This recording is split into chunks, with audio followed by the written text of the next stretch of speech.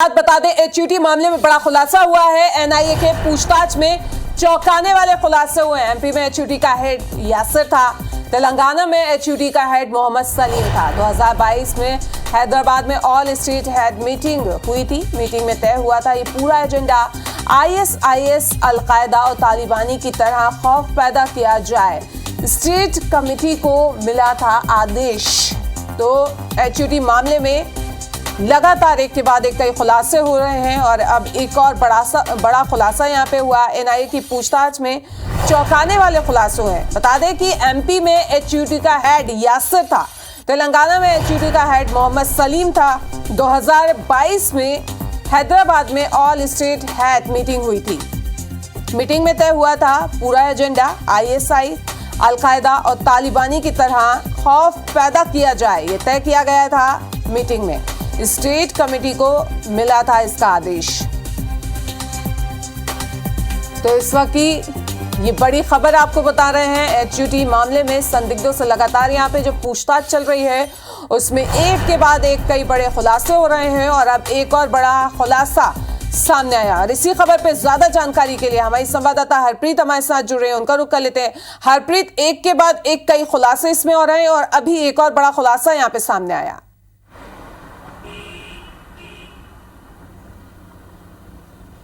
बिल्कुल, देखिए, एचयूटी के जो 9 मई को मध्य प्रदेश सहित तेलंगाना से 16 संदिग्ध आतंकी गिरफ्तार किए गए थे। इनमें से 4 को रिमांड पर एनआईए ने लिया है और इनकी रिमांड करीबन 7 जून से 10 जून तक हुई है। 10 जून को इन्हें वापस सेंट्रल जेल भोपाल भेज दिया गया है।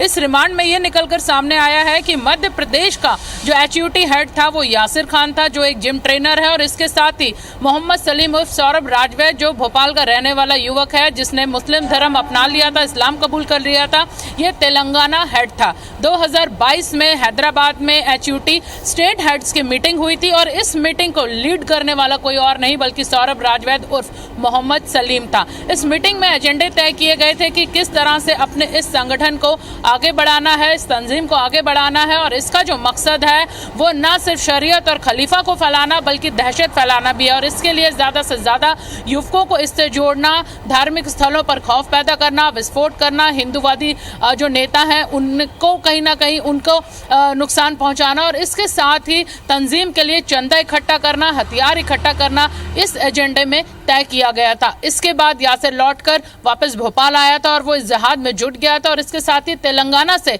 इस साम्राज्य को एचयूटी का तेलंगाना हेड मोहम्मद सलीम चला रहा था। इस पूरे नेटवर्क में एक के बाद एक कई बड़े ऐसे खुलासे हुए हैं। एचयूटी से यासिर करीबन 5 साल पहले जुड़ा था, लेकिन एचयूटी से मोहम्मद सलीम और सौरभ राजवैद काफी लंबे समय से जुड़ा हुआ था। इसके साथ ही यहाँ पर यह भी सामने आया कि जब यासिर के घर एनआईए की टीम ने दबिश दी थी, उसे पकड़ा था, तो इस दौरान कई ऐसा साहित्य और ऐसी चीजें यहाँ पर मिली थी जो ना सिर्फ संदिग्ध थी बल्कि इनसे साफ समझ में आ रहा था कि किस तरह से ये देश विरोधी गतिविधियों में शामिल थे।